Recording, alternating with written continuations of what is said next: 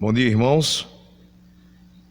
Vamos dar início ao culto neste domingo, dia 26/7/2020, culto matutino na Igreja Batista Regular em Jardim Amazonas.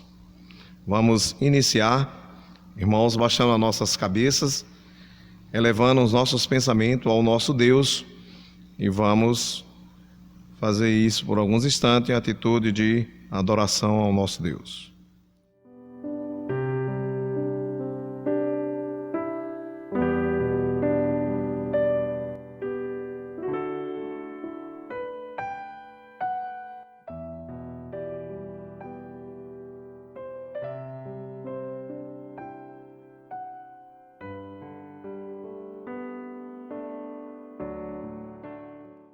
Santo Deus, soberano Pai, ó Deus, somos gratos, ó Deus, por esta manhã. Ó Pai, somos gratos, ó Deus, pela Tua bondade, pelo Teu imenso amor para conosco. Somos gratos, ó Deus, pela Tua santidade, pela perfeição do Senhor.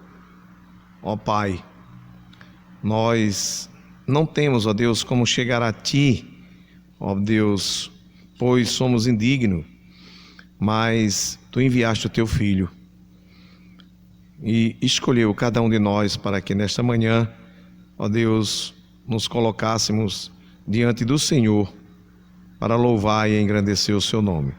Pedimos que o Senhor nos dê e nos capacite, ó Deus, para cultuar a Ti. Em nome de Jesus Cristo, Teu Filho. Amém. Convido os irmãos agora a abrir as vossas Bíblias para Salmo 96. Estaremos lendo todo o Salmo. Salmo 96.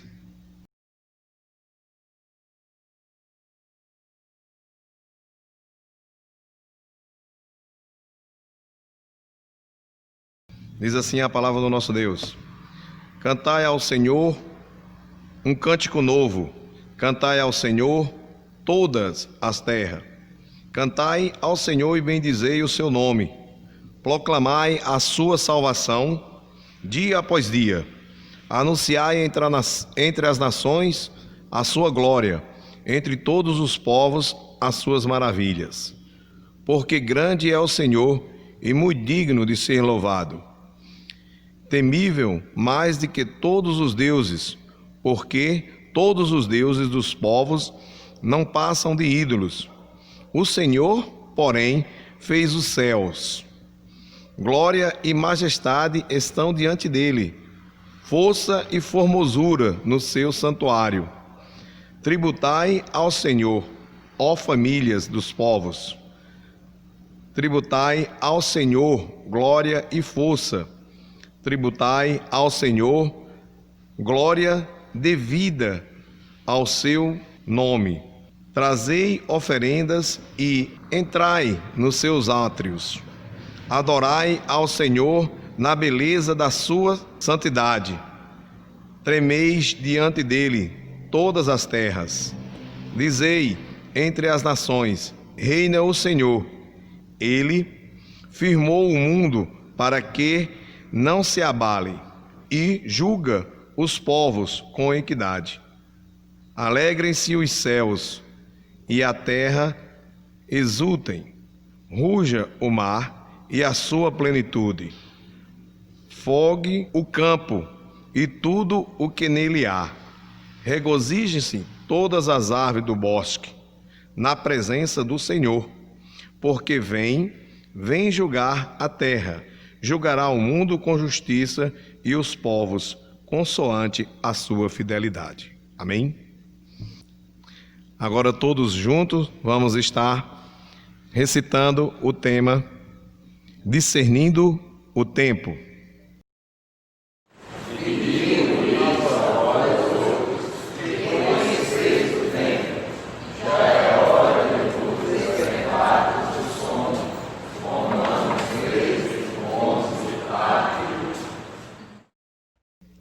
Nossa missão: glorificar a Deus, edificar os salvos, sustentar os valores morais e espirituais do cristianismo e difundir Vamos louvar o nosso Deus com o hino do cantor cristão 456, o Estandarte.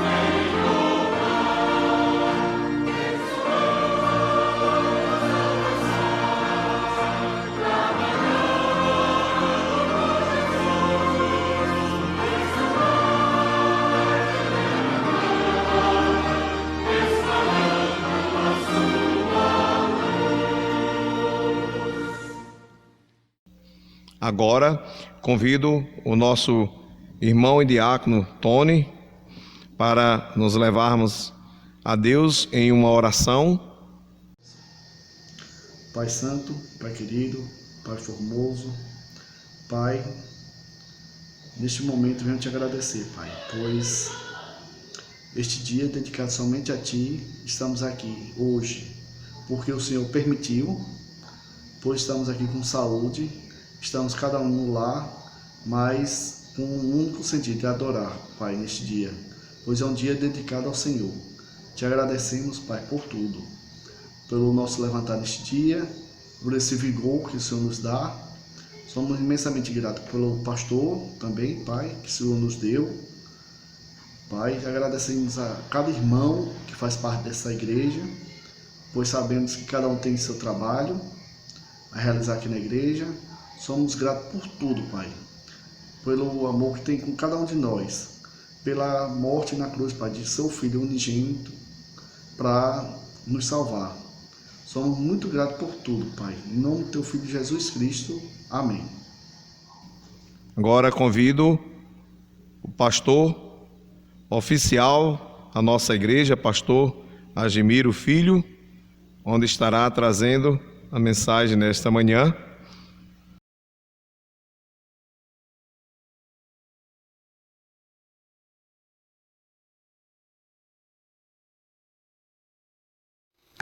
Bom dia, abramos as nossas Bíblias para o Evangelho segundo São Mateus, capítulo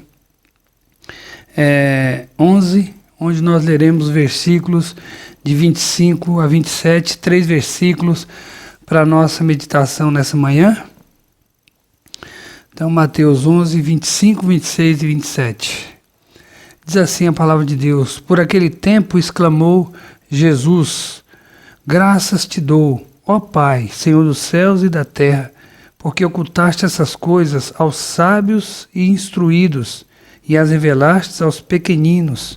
Sim, ó Pai, porque assim foi do teu agrado. Tudo me foi entregue por meu Pai. Ninguém conhece o Filho senão o Pai, e ninguém conhece o Pai senão o Filho, e aquele a quem o Filho o quiser revelar. Queridos, vamos orar, agradecendo ao Senhor pela noite de sono que Ele nos deu, uma noite tranquila, Assim foi a minha, eu espero que assim tenha sido a sua também.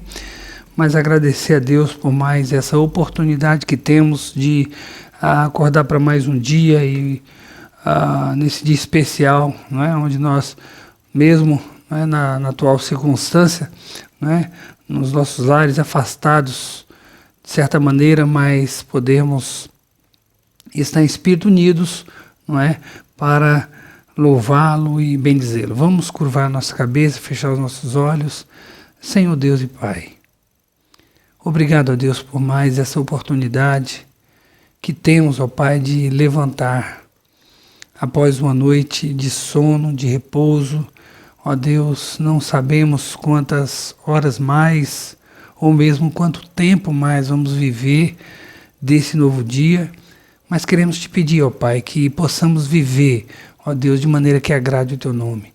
Dá-nos a tua direção, da tua orientação para esse novo dia, para esse tempo de vida que teremos, Pai, para que possamos com ele, através das nossas ações, glorificar-te e exaltar-te. Ser, ó Deus, com nossos pensamentos, ó Deus, ser, ó Deus, com as nossas palavras, ser, ó Deus, com cada uma de nossas ações. E que, ó Deus, no término desse dia possamos, ó Deus, finalizá-lo, ou do tempo que nós vamos viver, na certeza de que, ó Deus, agimos como promotores da Tua glória. Nós somos gratos. Agora, ó Pai, onde estamos diante da Tua palavra, queremos expressar nossa total dependência do Teu Espírito, pedindo que Ele nos valha, que Ele nos ajude, ó Pai, nessa meditação, nessa reflexão, e que, ó Deus, possamos não só compreender, mas pela ação do Teu Espírito, ó Pai, possamos também empreender, tirar lições para as nossas vidas, aplicá-las em nossa vida. Em nome de Cristo, nós gratos oramos, rogando, Pai, que abençoe cada um dos irmãos, onde quer que cada um se encontre agora, nos seus lares, que Tu, ó Deus, possa estar abençoando cada um dos Teus servos e servas. Em nome de Cristo, nós gratos oramos. Amém. Muito bem, queridos irmãos, o tema que eu dei foi a essa homilia, o tema é ação de graças, ou ações de graças. Eu, pensando nisso, eu me lembro que, do tempo que estava no seminário, não é, que um professor nos relatou que um familiar dele, um familiar seu, recentemente convertido, lhe convidou para ir à sua igreja, onde um ex-criminoso, não é, daria seu testemunho. Não é? Como esse familiar insistiu muito, meu professor disse que resolveu então ir. Não é? Lá, o ex-criminoso contou que há anos era procurado pela polícia, pois possuía uma longa ficha criminal, não é? E que envolvia roubos, assaltos à mão armada, tráfico de drogas e até envolvimentos com assassinatos. Até que um dia, então, esse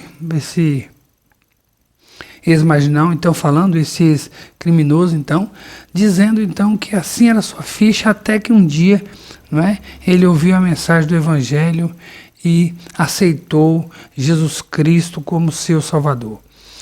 Em conversa com o pastor, não é, esse delinquente, então, em conversa com o pastor, ele lhe contou sobre a sua vida pregressa.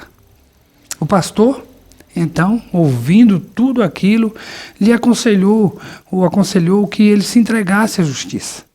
O que o homem, sem titubear, decidiu fazer. Quando chegou, então, à delegacia de polícia,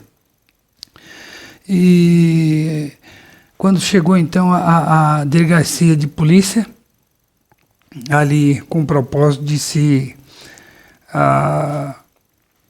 entregar, o delegado, então, ele se apresentou, né, como um delinquente, como uma pessoa que tinha uma vasta ficha criminal. Então o delegado, né, passou a puxar os seus dados e não encontrou nenhum registro de nenhum crime, nem mesmo, não é, o rapaz constava ali, né, como procurado. Ele insistiu, né, o O ex-delinquente então insistiu, não é, sobre a sua identidade criminosa, insistiu, mas o delegado disse que não poderia prendê-lo, porque ele não possuía nada que pesasse sobre ele na justiça. Então, por mais que aquela pessoa, não, mas eu sou fulano de tal, olha, mas tem aí, mas eu sou procurado, meu nome aí é procurado, me passava os seus documentos e tudo mais, e se identificava então como o delinquente, e até tinha um apelido que eu não me recordo agora. E o delegado diz, não, aqui não consta nada, não tem nada, nem você não consta como procurado, e aqui não consta crime nenhum, né, ou crime nenhum pesa contra você. Por mais que o ex-delinquente, né, então insistisse. Naquele momento o rapaz disse que entendeu ser Deus que o estava absolvendo dos seus crimes. E citou Isaías 43:25, que diz, eu mesmo sou aquele que apago as tuas transgressões por amor de mim, e dos teus pecados não me lembro. É óbvio, meus queridos, que esse texto citado por esse rapaz não está falando sobre impunidade, como seria o caso aqui. O meu professor disse que saiu dali horrorizado com a ideia que aquele homem fazia de Deus. A ação de graças daquele homem. Não é? Então, a ação de graças daquele homem então, apresentava sérios problemas. Havia sérios problemas na ação de graças, nas ações de graças, então, daquele homem. Queridos, e por falarmos em ação de graças, é exatamente isso que encontramos nesse texto, nesses 3 versículos, Jesus então rendendo graças a Deus. Esse episódio, ou essa ação de graças de Jesus, só é vista, só é encontrada aqui em Mateus e em Lucas. Só Lucas e Mateus registram então esse momento. E nesse momento o Senhor Jesus rende a ação de graças a Deus Pai. A ação de graças que Jesus tributa a Deus Pai, diferentemente de muitas ações de graças que são tributadas a Deus hoje, não é? Inclusive essa que foi tributada a Deus por esse ex-criminoso. Então, a ação de graças que Jesus tributa a Deus Pai, diferentemente de muitas ações de graças que são tributadas a Deus, essa que Jesus tributa serve perfeitamente como forma de evangelismo, pois fala do Deus Pai com justiça, ou seja, fala de Deus Pai com justiça, ou seja, o que fala de Deus Pai está em perfeita sintonia com as Escrituras. Não há nada de discrepante ali em relação ao que se fala de Deus Pai e as Escrituras Sagradas. E com isso, irmãos, eu quero pensar com vocês nessa manhã sobre o seguinte: essa ação de graças que o Deus Filho tributa ao Deus Pai é um exemplo para nós. Essa ação de graças que o Deus Filho tributa a Deus Pai é um exemplo para todos nós. E vocês podem perguntar, pastor, por que podemos afirmar, ou por que o senhor pode afirmar que essa ação de graças que o Deus Filho tributa ao Deus Pai é um exemplo para nós? E eu respondo, podemos afirmar que essa ação de graças que o Deus Filho tributa ao Deus Pai é um exemplo para nós por pelo menos 3 motivos. Então, olhando para esse texto, nós podemos pensar por 3 motivos que justifica dizer que essa ação de graças que o Deus Filho tributa a Deus Pai é um exemplo para todos nós.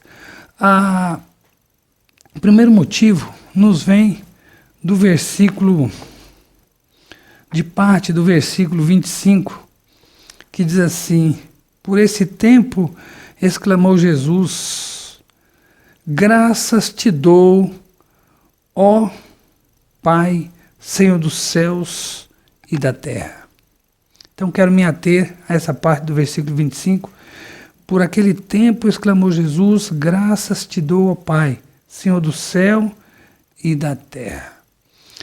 Com isso, meus queridos irmãos, eu quero dizer que o primeiro motivo, porque eu afirmo que essa ação de graças que o Deus Filho tributa a Deus Pai é o exemplo para nós, é porque essa ação de graças leva em consideração a autoridade que Deus Pai possui.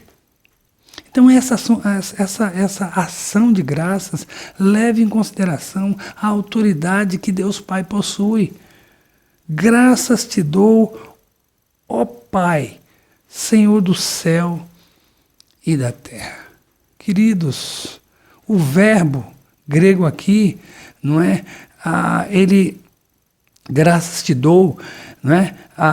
Dou, graças te dou. O verbo aqui descreve uma confissão ou pleno reconhecimento. É isso que esse verbo descreve aqui, esse verbo grego, então descreve uma confissão ou pleno reconhecimento unido ao louvor. Então, há um reconhecimento aqui, não é unido ao louvor. Supremo comandante da terra e do céu. Seria uma forma de parafrasear o que Jesus disse. Supremo comandante da terra e do céu. Jesus expõe a suprema verdade que não existe ninguém, que não existe nenhuma força dominante acima no céu ou embaixo na terra que possa fazer frente ao soberano Deus e Pai. Então Jesus coloca Deus como de fato como soberano, não é? Ele expõe essa verdade que não existe ninguém, não existe nada, não existe nenhuma força dominante em cima no céu ou embaixo na terra que possa fazer frente ao soberano Deus e Pai. Jesus deixa claro que ele reina, né? Que o Deus Pai reina soberanamente no céu e na terra, não é? No céu e na terra. Nada acontece sem que o Supremo Soberano queira que aconteça. Nada foge ao seu controle. Seu governo em cima no céu e embaixo na terra é total. É isso que Jesus Cristo quer enfatizar. Não é? O governo soberano de Deus Pai, em cima no céu e embaixo na terra, é total. Ele possui toda a autoridade. Ele possui toda a autoridade. Paulo quando estava em sua segunda viagem missionária, ele e alguns irmãos haviam deixado Tessalônica, passando pela Bereia e vindo até Atenas, fugindo então de uma grande perseguição. Em Atenas, eles deveriam esperar aqueles que haviam ficado para trás, no caso Silas e Timóteo. Seus companheiros de viagem, né, que estavam ali com ele, então seus companheiros de viagem, Paulo chega ali e espera os seus companheiros de viagem. Paulo, então, espera Silas e Timóteo, não é, que o acompanhava naquela segunda viagem missionária. Enquanto Paulo esperava a vinda dos seus companheiros em Atenas, teve em seu espírito uma grande comoção por ver a cidade tão entregue à idolatria. Paulo, então, observou que entre os altares, ali no Areópago, não é? Paulo observou que entre os altares que eles tinham lá, havia um altar dedicado ao Deus desconhecido. E aproveitando isso como deixa, então passou a anunciar o verdadeiro Deus. Atos 17, 22 a 23. Amados, quantos não agem como aqueles atenienses, né? Colocando Deus entre os falsos deuses, ao invés de tê-lo como o único soberano, Senhor dos céus e da terra. Quantos, não é, reconhecem Deus, mas não o reconhecem como o único soberano do céu e da terra. o único Senhor do céu e da terra. Quantos então têm uma prática semelhante à dos atenienses? Quantos não são adeptos do panteísmo, não é? Como os atenienses, não é, que tinham vários deuses ali, não é? E um altar entre os muitos deuses era dedicado então ao Deus desconhecido. Quantos não tributam ações de graças a homens tidos por deuses? Quantos não tributam ações de graças, mas negam que Deus exerce toda a autoridade no céu e na terra? Então tem problema com essa ação de graças. Quando se tributa a ação de graças a Deus, mas não reconhece a autoridade suprema de Deus. Quando não reconhecem a autoridade suprema do Senhor Deus. Estão lembrados do versículo que diz, me passou agora o endereço, mas diz, quanto a Deus, não é? Afirmam conhecê-lo, mas negam o seu poder. Queridos, quantos não tributam ações de graças a Deus, mas negam que ele exerce toda a autoridade no céu e na terra? A perfeita ações de graças necessariamente reconhece a autoridade de Deus. A perfeita ação de graças reconhece a perfeita ação de graças, reconhece então necessariamente reconhece a autoridade de Deus. O salmista, ele disse o seguinte, olha a ação de graças desse salmista. Bendito o Senhor, que não nos deu por presa aos dentes deles. Então, o salmista aqui está olhando, não é? Quando se conseguiu se safar, se livrar de uma situação de perseguição por parte dos seus inimigos, quando os seus inimigos não conseguiram, então, alcançar êxito sobre ele, não conseguiram o que queria, não é, em relação a ele. Então ele olha para aquela situação e ele diz, bendito o Senhor que não nos entregou os méritos do Senhor, é o Senhor que não entregou, é o Senhor que não deixou que o inimigo, então, alcançasse êxito. Não era obra do acaso, não foi por acaso, não foi por sorte, mas bendito o Senhor que não nos deu por presa aos dentes deles. Também diz, ele põe termo à guerra até os confins do mundo, quebra o arco e despedaça a lança, queima os carros no fogo. Aquietai-vos e sabei que eu sou Deus. Sou exaltado entre as nações, sou exaltado na terra. Salmo 46, 9 e 10. Então são versículos que expressam como essas ações de graças reconhecem, não é? Reconhecem Deus como Senhor dos céus e da terra. É Ele que põe termo à guerra até os confins do mundo. É o Senhor, o salmista, em outras palavras, está falando do senhorio, da autoridade de Deus sobre tudo e sobre todos. Mas muitas vezes nas ações de graças que se tributa, se nega a autoridade de Deus, o senhorio de Deus, a autoridade suprema de Deus. Meus queridos irmãos, se algo aconteceu como aconteceu, é porque Deus assim quis que acontecesse. Se algo não aconteceu como queríamos, como prevíamos, é porque Deus assim não quis. Mas nossas ações de graças precisam levar, então, na verdade, queridos, a autoridade que Deus Pai, Ele possui, de falar sim, de falar não, de fazer com que a coisa aconteça de uma forma ou não aconteça dessa mesma forma e aconteça de outra.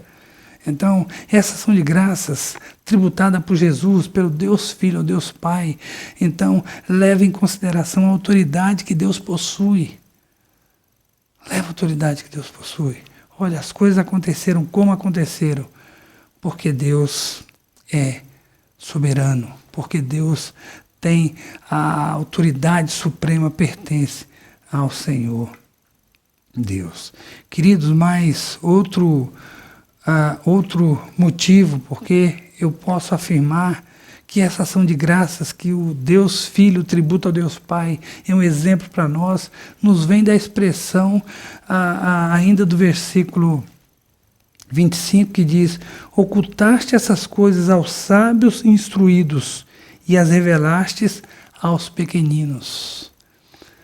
Com isso eu quero dizer que essa ação de graças leva em consideração o perfil do homem em quem Deus Pai opera. Então, o perfil do homem em quem Deus Pai opera. Então, Deus ocultaste essas coisas aos sábios instruídos e revelastes aos pequeninos. Essa ação de graça de Jesus leva em consideração o perfil do homem em quem Deus Pai opera. Os líderes religiosos se rebelaram contra João, contra Jesus, não porque eram intelectualmente e espiritualmente arrogantes. Não era só isso. Não é? A questão é que eles se recusavam a agir com humildade e honestidade de uma criança. Não era só pelo fato da intelectualidade, da capacidade intelectual deles, mas é porque eles se recusavam a agir de maneira humilde e honesta como uma criança. Eles agiram assim porque Deus Pai os havia privado da revelação. Veja que a grande questão aqui, Deus determinou não agir em um homem arrogante. Não agir em um homem, não é, que fazia da sua intelectualidade, da sua capacidade intelectual, da sua sabedoria, um homem que se estribava nisso, um homem que se apegava a isso como uma coisa de valor inestimável. Então Jesus, o Deus Pai, decide não investir, não atuar nesse perfil de homem que endeusa, não é, que supervaloriza o intelecto, que supervaloriza então a capacidade intelectual. Os pequeninos, quer dizer, os que não eram intelectual e espiritualmente grandes perante os homens, não é? Homens esses cuja visão é míope, esses pequeninos se tornaram alvo da ação reveladora de Deus Pai. Esses pequeninos, essas pessoas mais humildes no sentido não só intelectualmente falando, mas essas pessoas dadas a serem mais simples, mais humildes, mais, não é? Se tornaram então um alvo da ação reveladora de Deus, o qual fez com que eles se abrissem para a fé no Filho de Deus. Se por um lado os rabinos e os sábios rechaçavam as pessoas, não é? Então Jesus, os seus ensinos, os simples então abraçavam aqueles ensinos. Queridos, no entanto, está muito longe de Jesus estar condenando a capacidade intelectual e exaltando a falta de capacidade intelectual, porque é o Senhor mesmo que dá essa capacidade ao homem. Essa capacidade não é intrínseca, não pertence ao homem, não vem dele próprio. A grande questão aqui, Jesus não está condenando a intelectualidade, não. O que Jesus está condenando é aquilo que eu acabei de dizer. Aquelas pessoas que endeusam, aquelas pessoas que estribam no seu próprio entendimento, aquelas pessoas que endeusam, então, a intelectualidade, sua capacidade intelectual. Robert Plummer, ele diz o seguinte, o coração, não a cabeça, é a morada do Evangelho. O coração, não a cabeça, é a morada do Evangelho. Queridos, um homem pode ser tão sábio como Salomão, mas mesmo assim carecer da simplicidade, da confiança, da inocência do coração de um menino. E Jesus, então, quando ele pega aquela criança e diz, olha, quem não se tornar como um menino, como essa criança, não pode entrar no reino de Deus. Então, esse é o indivíduo, o perfil do homem, não é? Em quem Deus Pai opera. É aquele que não se estriba no seu próprio na sua própria sabedoria, no seu próprio entendimento, na sua condição intelectual. Esse é o perfil do homem, não é? Em quem Deus opera. Meus queridos irmãos, então o Senhor Jesus não está condenando o orgulho, não é? O Senhor Jesus está condenando o orgulho, não é, intelectual. É isso que o Senhor Jesus Cristo está condenando. Não é a insensatez então que admite o Senhor, e sim a humildade. Jesus não relaciona a ignorância com a fé, relaciona a modéstia com a fé. As distinções acadêmicas nem sempre são distinções aos olhos de Deus. Assim, o que temos aqui é a descrição da maneira que o Deus Pai opera e em quem o Deus Pai opera. O perfil, a maneira de Deus Pai operar e o perfil em quem Deus Pai, do indivíduo, da pessoa em quem Deus Pai opera. Queridos, a Bíblia diz: ai dos que são sábios aos seus próprios olhos e astutos em seu próprio conceito. Isaías 5:21. Provérbio diz: vês o homem que é sábio aos seus próprios olhos? Maior esperança há para o tolo do que para ele. Provérbios 26:12. Veja que o sábio, né, então está, na verdade, dizendo: olha, um homem sábio aos seus próprios olhos, há mais esperança no sábio, no tolo, do que para ele. É a maneira do sábio mostrar como é nulo, não é? Aquele que é sábio aos seus próprios olhos, aquele que valoriza demais a sabedoria que possui. E por fim, Tiago 4,6, que diz: Deus resiste aos soberbos, mas dá graça aos humildes. Mais uma vez, o Senhor Jesus não está censurando ou condenando, não é, a capacidade intelectual de ninguém. Mas Jesus está condenando a postura daquelas pessoas que se estribam nessa condição, que se prendem nessa condição, que endeusam essa condição. Esse não é o perfil da pessoa, não é? Com quem Deus lida, em quem Deus atua. Queridos, não é por acaso que na história contada por Jesus, o fariseu orava de si para si, estando em pé. Olha a forma que a história é colocada. O fariseu, não é? Orava de si para si, estando em pé. Ó Deus, graças te dou, porque não sou como os demais homens, roubadores, injustos, adúlteros, nem ainda como este publicano. Não é por acaso que esse homem não saiu dali, ou saiu dali injustificado. Não é? Ele não saiu dali justificado como o publicano, cuja postura era humilde, pois nem sequer erguia os seus olhos ao céu e orava: sê propício a mim, miserável pecador. A lição ali que Jesus dá é exatamente sobre o orgulho, sobre aquele que se exalta e aquele que se humilha. Ele diz: qual dos dois saiu dali justificado? Aquele que se humilha, porque quem se humilha será exaltado, quem se exalta será humilhado. Queridos, reparai, pois, na vossa vocação, visto que não foram chamados muitos sábios segundo a carne, nem muitos poderosos, nem muitos de nobre nascimento. Pelo contrário, Deus escolheu as coisas loucas do mundo para envergonhar os sábios, e escolheu as coisas fracas do mundo para envergonhar as fortes.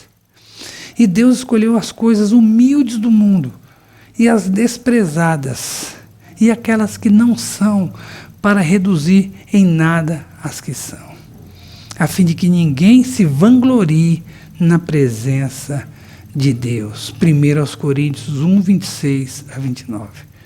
Meus queridos, é desde o começo. Não existe nada mais absurdo, nada mais contraditório. Não existe nada mais antagônico do que a fé e o orgulho. Quando Deus então, vamos pensar aqui no episódio de Gideão, quando Deus então quer dar vitória ali sobre a Israel, não é, que estava padecendo nas mãos dos midianitas. Meus queridos, o que Deus faz? Deus então não está preocupado, né? Deus então faz com que sobrem todos aqueles combatentes, né? Deus vai tirando, vai fazendo alguma eliminatórias, vamos dizer assim. E ali os tímidos, os fracos, não é? E por último, aqueles que abaixavam, não é, para beber, ao invés de levar a água à boca, mas ia com a boca à água. Esses também estavam desclassificados. Em suma, sobraram 300 soldados. E Deus diz: são com esses 300 soldados que eu darei vitória a Israel. Porque era para deixar claro, era para deixar muito vívido na mente de Israel que as suas batalhas eram vencidas pelo poder de Deus, não pela força do braço. Tudo isso para desmotivar. Tudo isso para desmotivar, para fazer com que o povo não se apegasse à sua força, não se apegasse então à sua condição física. Não foi por isso então que Davi foi penalizado e o povo sofreu também. Quando ele faz aquele censo, não é? Ele faz ele recenseia, ele sai contando o povo, sai contando para ver o seu poder, não é? O seu poder ali, o seu exército, qual era o poder do seu exército? Aquilo pareceu mal, Deus não aprovou aquilo de forma alguma, porque não é o número, não é? Porque não é a capacidade humana, mas a capacidade divina. Queridos, o perfil não é do homem em quem Deus Pai atua. Não é no homem orgulhoso, no homem cheio de si, no homem que se estriba no seu próprio entendimento, mas naquele que sabe confiar, mesmo sabe usar o seu potencial intelectual para promover a glória de Deus, não para se autopromover. Meus queridos, não. Está vendo um homem, sabe aos seus próprios olhos? Maior a esperança há num tolo do que nesse homem. Deus resiste aos soberbos. Ah, meus amados, naquelas pessoas que se estribam na sua condição, no seu saber. Quantos não se estribam? Quantos pensam que que levam vantagem sobre as pessoas mais humildes, sobre as pessoas mais simples, sobre as pessoas que estão gatinhando na fé, que não têm, não é, toda aquela compreensão, não é, todo aquele entendimento, toda aquela condição intelectual. Quantos não se estribam e outros então se ressentem, outros então se encolhem, porque não possuem essa condição intelectual. Mas, meus queridos, o perfil do homem em quem Deus Pai atua, aqui diz os pequeninos, aquelas pessoas que não eram, mais uma vez, a grande questão não é a condição intelectual ou a falta dela, mas se estribar naquela condição intelectual. Não é? Não foi por isso que o Senhor Jesus olha para aquelas pessoas arrogantes e diz: os sãos não procuram de médico, não precisam de médico? Não foi por isso que João Batista disse para aquelas pessoas que vinham ter com ele: produzir, pois, frutos dignos de arrependimento, e não fiquem pensando, não é, em vossas mentes, nós somos filhos de Abraão, porque mesmo dessas pedras Deus pode suscitar filhos a Abraão. Pessoas cheias de si, pessoas arrogantes, não é? Pessoas que presumiam na sua capacidade intelectual. E João Batista, então, tanto João Batista quanto o próprio Jesus Cristo, então mostra como é nulo todo aquele apego, não é? A herança, vamos dizer assim, espiritual. Queridos, a fim de que ninguém se glorie em sua presença. Os coríntios também eram propensos a se vangloriarem na sabedoria, eles gostavam, não é? Aquela metrópole respirava, não é? Filosofia. E Paulo, então, eles eram tão apegados a isso. Paulo, então, escreve, olha, repare na vossa vocação. Não foram muito sábios segundo os homens, não. Olha o que Deus faz, olha como Deus opera, olha como Deus age. Não é? E Deus coloca o mundo não entende a forma de agir de Deus. O mundo não entende, não é? Mas Deus, Ele, graças te dou, ó Pai, Senhor dos céus e da terra, porque ocultaste essas coisas aos sábios. Sim, meus queridos. O perfil do homem em quem Deus Pai opera. Mas outro motivo porque nós podemos afirmar que essa ação de graças que o Deus Filho tributa ao Deus Pai é um exemplo para nós, nos vem do verso 26, que diz assim: sim, ó Pai, porque assim foi do teu agrado. Sim, ó Pai, porque assim foi do teu agrado. Queridos, com isso eu quero dizer que essa ação de graças leva em consideração o porquê Deus Pai age da forma que age. Não é? Então essa ação de graça de Jesus mostra, não é? Ela é um exemplo para nós, porque essa ação de graça leva em consideração o porquê Deus age da forma que age. Porque foi do teu agrado. A palavra grega traduzida como agrado aqui é eudóquia. É a palavra grega traduzida para o português como agrado. Eudóquia possui uma série de significados. Eudóquia pode significar satisfação, pode significar desejo, pode significar propósito, pode significar parecer bem, pode significar aprouver, etc. Tem vários outros significados. Então Jesus está dizendo, aprove a Deus Pai, foi um desejo dele, foi um propósito dele, lhe pareceu bem. Deus Pai age como age por razões que dizem respeito a ele mesmo. Irmãos, é importante, veja isso, na ação de graças de Jesus. Então, tudo isso que ele falou, vê Deus atuando ou escolhendo os pequeninos. Vê Deus Pai escolhendo, não aqueles intelectualmente arrogantes, mas aquelas pessoas humildes. Então, aprove a Deus, foi um desejo de Deus, foi um propósito de Deus, pareceu bem a Deus.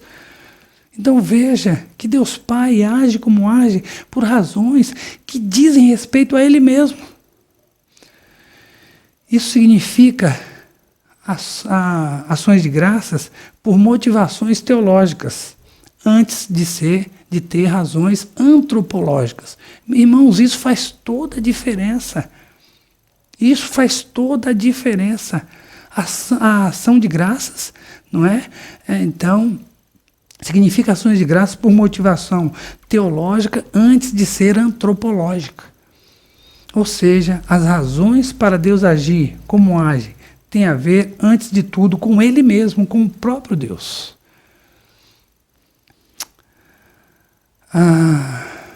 Para pessoas pecadoras como nós, é só pelo Espírito Santo que temos como entender e aceitar que o Senhor aceitar o que o Senhor disse por boca do profeta Isaías. Por amor de mim mesmo, por amor de mim, por amor de mim, o faço, porque como seria profanado o meu nome? A minha glória não darei a outrem. Isaías 48:11. Por amor de mim. Porque quando nós pensamos essa expressão, soa como um egoísmo, como um egocentrismo, mas no santo Deus isso não existe. Ele tem total direito, não é, de prezar pela sua glória, pelo seu nome, porque o seu nome de fato é santo. Ninguém, não é? Isso na boca de qualquer ser humano, isso seria pura arrogância, egoísmo, mas não na boca do santo Deus. Se não for pelo Espírito Santo, essas palavras podem até soar mal, pois parecerá egoísmo da parte de Deus. No entanto, um Deus santo, justo e bom, é a causa primeira e última de cada uma das suas próprias ações. Um Deus santo, justo e bom é a causa primeira e última de cada uma das suas ações. Irmãos, o salmista disse o seguinte: veja como, quando eu falo que a gente tem descido ladeira abaixo, na nossa condição, na nossa mente, na nossa a teologia, olha o que o salmista diz: mas tu, Senhor Deus, age por amor do teu nome. Livra-me, porque é grande a tua misericórdia. Quer dizer, Senhor, age por razões que são tuas. Age por ti mesmo, por razões que são tuas, Senhor. Age por amor do teu nome. Diz um antigo corinho: se tu olhares, Senhor, para dentro de mim, nada encontrarás de bom. Muitas vezes cantamos isso. Muitas vezes isso é muito mais fácil ser cantado do que vivenciado, do que vivido. Queridos, quando se ora, quando se chega a Deus, muitas vezes, dependendo da semana, ou dependendo do tipo de vida que a gente está vivendo, nós criamos, a nossa convicção é uma, a nossa postura é uma, mas se não estamos muito bem, aquela postura, como se o nosso clamor vai chegar aos céus com base nas nossas próprias justiças. Mas olha, se olhar, Senhor, para dentro de mim, nada encontrarás de bom. Não importa se eu estou agindo de maneira correta, não importa se eu não tenho vivido de maneira correta, E como se diz por aí, eu tenho pisado na bola. Não importa se eu tenho, então, vivido de maneira altaneira. Se olhares para dentro de mim, Senhor, nada encontrarás de bom. Então, a postura é a mesma. Não é? O Salmo, o hino 377 diz: não sei por que de Deus o amor a mim se revelou, por que razão o Salvador para si me resgatou. Eu não sei por quê. Para si me resgatou. A boa doutrina nos ensina que a salvação é teológica. Seja ela salvação eterna, seja ela temporária. A salvação, antes de ser antropológica, ela é teológica. Seja uma salvação eterna, a salvação do inferno, seja a salvação circunstancial. Ela é teológica. Deus age por amor a Ele próprio. Deus age por amor, por razões que dizem respeito a Ele, antes de dizer respeito a nós. Queridos, a essa altura, alguém pode perguntar: e o que isso tem a ver com ações de graças? Eu digo: só tudo. Uma verdadeira ação de graças é isenta de qualquer vestígio de mérito pessoal por parte de quem recebeu a dádiva ou a bênção. Uma verdadeira ação de graças é isenta de qualquer vestígio de mérito pessoal por parte de quem recebeu a dádiva ou a bênção. Nós não merecemos, nem nunca vamos merecer receber nada de Deus. É por isso que na eternidade futura nós viveremos, seremos como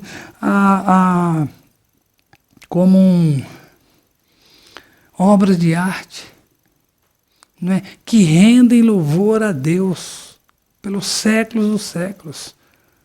Porque foi através de Cristo Jesus, não é? É por mérito dele que estamos no céu e não por mérito pessoal.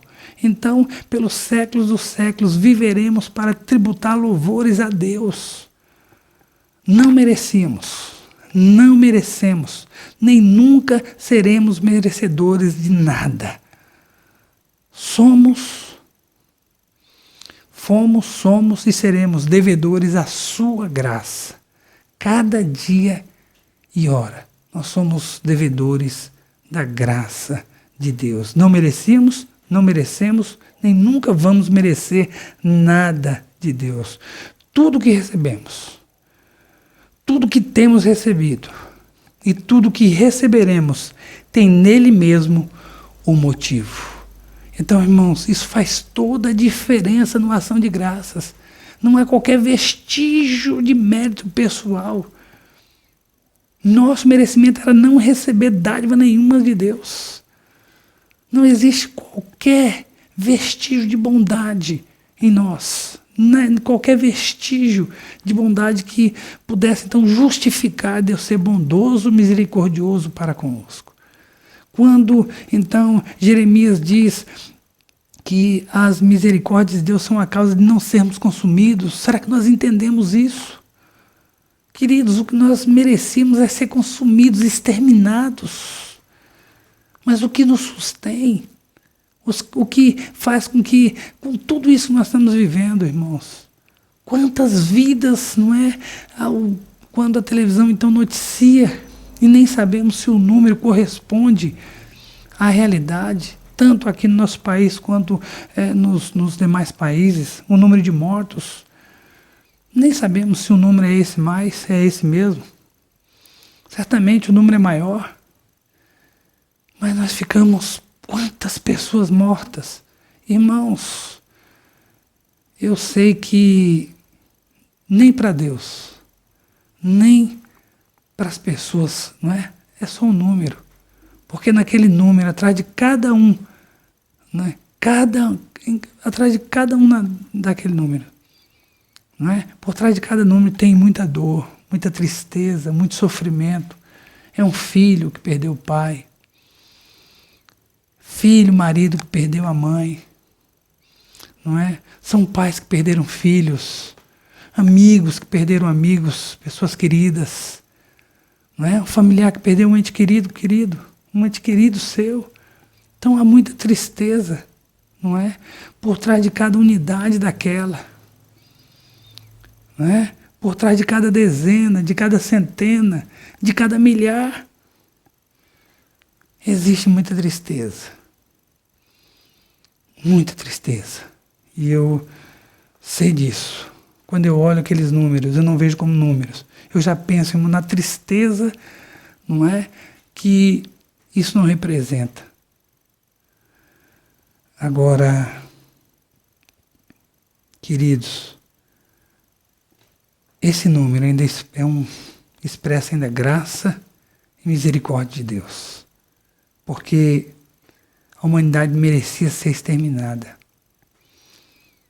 E se não foi, ainda é pela graça comum, é pela misericórdia de Deus, que ainda resolveu, não é, por razões que pertencem a Ele, resolveu poupar a maioria, ainda que muitos foram ceifados agora, ainda que muitas vidas foram ceifadas agora. A graça e a misericórdia de Deus, uma ação de graças que não leva isso em consideração, uma ação de graça que não é não é teológica, antes de ser antropológica. Uma ação de graça que não reconhece que Deus age como age, por quem Deus é, por razões que dizem respeito a Ele próprio. é uma ação de graças que tem problemas. E problemas graves, e problemas sérios. Queridos, nós não merecemos e nunca vamos merecer nada de Deus. Tudo o que recebemos, temos recebido e receberemos, tem em Deus mesmo o seu motivo. Sim, ó Pai, porque foi do teu agrado. Aprove a ti que assim fosse.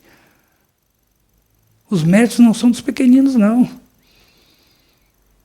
Não é por conta das pessoas que se apegaram, não é a sua intelectualidade, não. O mérito é de ti, aprove a ti trabalhar assim. Foi do teu desejo, foi do teu agrado trabalhar dessa maneira. Irmãos, com base em Mateus 11, 25 a 27, que tem como tema a ação de graças. Essa ação de graças que o Deus Filho tributa ao Deus Pai é um exemplo para nós. Essa ação de graças que leva em consideração... Por quê? Né? Os motivos. Primeiro motivo, essa ação de graças leva em consideração a autoridade que Deus Pai possui. Segundo, essa ação de graças leva em consideração o perfil do homem em quem Deus Pai opera. E terceiro, essa ação de graças leva em consideração o porquê Deus Pai age da forma que age. Vamos curvar nossa fronte, fechar os nossos olhos. Ó Deus de amor, Deus de graça e Deus de misericórdia. Estamos diante da Tua Palavra. E muitas vezes, ó Pai, falamos que a Tua Palavra é lâmpada para os nossos pés. Mas muitas vezes, ó Pai, não atentamos para o que isso quer dizer. Lâmpada para os pés é aquilo que dá claridade, Senhor, que dá certeza onde nós vamos pisar, que nos faz, ó Deus, pisar num terreno, num local com mais segurança, com mais certeza. E assim, ó Pai, a Tua Palavra ela vai dissipando a escuridão. Escuridão essa que é própria, Pai, do coração, da visão e do entendimento humano. E a Tua Palavra ela vai clareando, ó Pai, ela vai abrindo a nossa mente, ela vai nos dando certeza, firmeza no nosso andar. E assim nós, ó Pai, temos condições de dar um passo após o outro, rumo, ó Deus, àquilo que Tu tens para nós, que é, ó Deus, nos transformar a imagem do Teu Filho amado. E, ó Deus, sabemos que a nossa pecaminosidade, a nossa escuridão, não é? Ela concorre contra isso. E aí entra a Tua Palavra, Pai, transformando o nosso modo de pensar e possibilitando, ó Pai, a nossa entrada nos céus. Ó Deus, nos ajude, que a cada dia possamos caminhar à luz da Tua Palavra. Que a cada dia, Pai, possamos andar um pouco mais para frente, Senhor, sem retroceder, sem ficar, ó Deus, imóvel, mas que possamos caminhar, ó Pai, rumo, ó Deus, à perfeição. Nos ajude. Nós oramos e agradecemos em nome do Senhor Jesus. Abençoe a EBD agora. As nossas aulas, nós pedimos e agradecemos em nome do Senhor Jesus. Amém. Que Deus abençoe. Que Deus abençoe, queridos irmãos. Agradecemos ao nosso pastor Ademiro pela mensagem pregada nesta manhã e queremos convidar os irmãos agora para estarmos louvando. Logo após o louvor estaremos encerrado esse tempo aqui e passamos assim para a nossa EBD nesta manhã.